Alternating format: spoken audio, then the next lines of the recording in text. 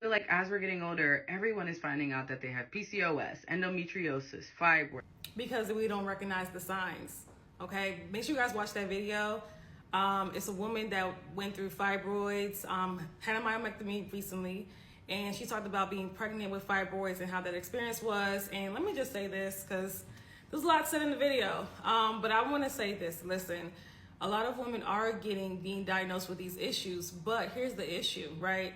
The problem is that we don't understand the signs, right? We don't understand the signs of hormonal imbalance, and that I always say that is the issue. So if you, and she did ask her doctor before she got pregnant to look for fibroids, and her doctor was like, no, you're fine, you don't have fibroids, right? Without even checking, which I thought was crazy, but doctors are really doing this. That's why you have to be adamant and advocate for yourself and stop putting just because somebody has a white coat, you're putting them on a pedestal. That's another conversation. But here's the thing, right? The reason why it's unfortunately, thank God she had a safe pregnancy and everything, but it's so important to understand what's going on with your body, and most women don't. So this is why I have videos like, talking about brown bleeding, talking about heavy cycles, talking about, these are hormonal issues.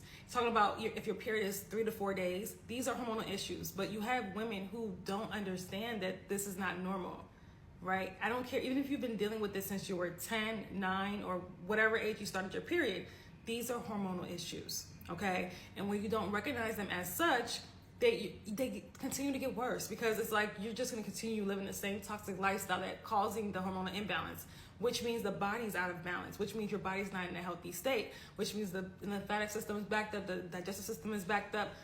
We have to stop taking it lightly. And your period is your body's 5th vital sign. Okay, so that's why it's so important to be in tune with your body and understand what's going on, right? So that you don't end up pregnant with these huge, she had 6 centimeter fibroids in pregnancy. When she delivered, she said that it was then 10 centimeters, right? Because fibroids grow in pregnancy, the size of a baby's head. And one thing she said in the video that was not true said that her fibroids were too big to shrink. I'm like, well, I don't know who told her that, but probably the doctor. But literally, I've helped women who had 20 centimeters fibroids and they shrunk significantly. So that's not true, just to let you guys know. In case you guys go back to watch the video, that's not true, okay?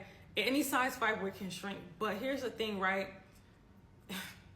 You gotta get to the root cause of the problem. So now that she's had a myomectomy, and maybe you're watching this, you've had a myomectomy, now you did not address the root cause. You still have the hormonal imbalances, you still have the toxicity in your body, you still have the waste, the excess, the hormonal imbalance. So what happens? You regrow the fibroids, right? There's not too many women who just have one myomectomy. They tend to have multiple because they did not get to the root cause of the issue, okay? So I reiterate this in almost every video, but I have to keep saying this so you guys can understand, because people don't understand that you cannot just take out the fibroid and then, oh my God, life is so great. No, the fibroids will come right back. They will come right back. And for a lot of you guys, that has happened. Why are we still going to these surgeries? And it makes me say, okay, who are you working for? When, it makes me feel like, okay, what's the agenda when they're on here promoting surgeries and say, oh, it's fine, when we know a myomectomy is very invasive and is extremely painful surgery. If you've had it, then you know, right? So that part just threw me off. But anyway, let me just say this. Listen, your body's very powerful and your body wants to heal. Your body doesn't just shut down at a certain age. You don't just, develop all these reproductive health issues out of nowhere. Your body is showing you signs, and it's you created the environment for it to be out of balance, right? Can some of those things happen, like, be passed down to us, like some of these, like estrogen dominance, some of these hormonal imbalances? That's why I say you guys stop, getting pregnant in toxicity, right? Heal your body before you get pregnant, but we can pass down this stuff, yes. And then, yes, your child does have, when you have fibroids and you have it, and you don't get to the root cause of the problem, your child does have a higher chance of having these issues as well, right? Even at its worst, breast cancer. You guys see the cancer rates are going up as the years go by, right? So it's coming to a point we can't even afford to not heal ourselves anymore. The women who don't, I'm so sorry, will suffer. Because you can have all the myomectomies in the world, but you still have the hormonal imbalances, which again, you still have the estrogen dominance, which again, make you at risk for other reproductive health issues, for, you know, fibroids again, for thyroid issues, for tons of hormonal imbalances, to fertility issues. It doesn't make any sense. It doesn't make any sense. So I want women to be free. I keep saying this.